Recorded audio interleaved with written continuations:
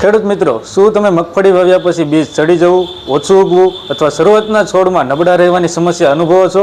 તો આજે આપણે જાણીશું મગફળીના બિયારણને પટ શા માટે આપવો જોઈએ, તેના ફાયદા શું છે અને મગફળીના બિયારણને પટ આપતી વખતે કઈ ભૂલો ના કરવી જોઈએ.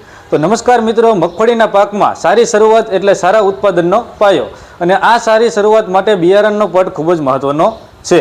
તો મગફળીના બિયારણને પટ શા માટે આપવો જોઈએ? તો મગફળી એક તેલીબિયાવાળો પાક છે.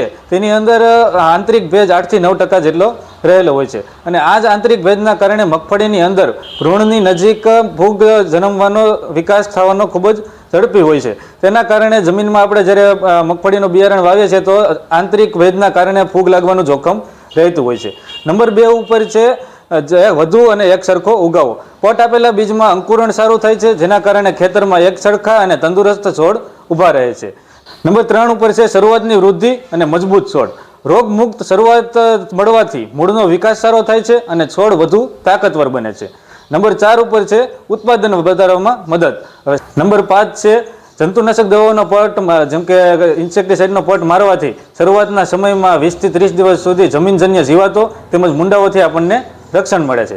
હવે આપણે વાત કરીશું મગફળીના બિયારણને પટ મારતી વખતે ધ્યાન રાખવા જેવી બાબતો અથવા થતી ભૂલો વિશે. તો મગફળીના બીજને જ્યારે પણ આપણે પટ માર્યા છે ત્યારે પટ માર્યા બાદ તેને તડકામાં ક્યારેય રાખવું ન જોઈએ.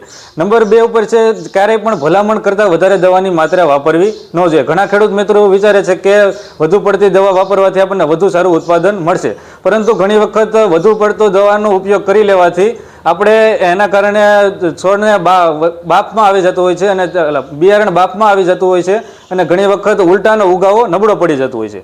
નંબર 3 ઉપર છે વધુ પડતા પાણીનો ઉપયોગ. ક્યારે પણ માપ કરતાં વધુ પાણીનો ઉપયોગ કરવો ન જોઈએ. વધુ જો આપણે પાણીનો ઉપયોગ કરીએ તો તેના કારણે તેને એક તો આપણે દવાની સાંદ્રતા ઘટી જાય છે, અને બીજા નંબરે તેમાં ભેજનું પ્રમાણ વધી જાય છે, અને આના કારણે ઉલટાનો ભેજ લાગવાની સંભાવના વધી જતી હોય છે. તો મગફળીના બિયારણને આપણે વાવવાનું હોય એના પહેલાં, એટલે કે જો આપણે કાલે સવારે મગફળીનું બિયારણ વાવવાનું હોય તો તેના આગલા દિવસે આપણે પટ મારી દેવો જોઈએ અને તેને સારી રીતે છાંયડામાં સૂકવી દેવું જોઈએ. ઘણા ખેડૂત મિત્રોનો એવો પ્રશ્ન હોય કે મગફળીના બિયારણને પટ તો મારી દીધું, પરંતુ બીજા દિવસે જો વાવણી લાયક સ્થિતિ ના થાય તો શું મગફળીના બિયારણને કંઈ તકલીફ પડે? તો એનો જવાબ છે ના. મગફળીના બિયારણને તમે પટ માર્યા પછી 15 થી 20 દિવસ સુધી તમે પડ્યું રહે તો પણ તેને કંઈ પણ થતું નથી. તો ખેડૂત મિત્રો, મગફળીના બિયારણને પટ આપવાથી શરૂઆતી જ રોગો સામે રક્ષણ મળે છે, ઉગાવો સારો થાય છે અને વધુ ઉત્પાદન મેળવવામાં મદદ મળે છે. તેથી વાવણી પહેલાં બિયારણને પટ જરૂર આપો અને યોગ્ય પદ્ધતિનું પાલન કરો. જો ખેડૂત મિત્રો તમને આ માહિતી સારી લાગી હોય તો વિડીયોને લાઇક કરો, શેર કરો, અને ખેતી સંબંધિત આવી જ વૈજ્ઞાનિક માહિતી માટે અમારી ચેનલને સબસ્ક્રાઇબ કરવાનું ભૂલશો નહીં. ધન્યવાદ. જય જવાન, જય કિસાન.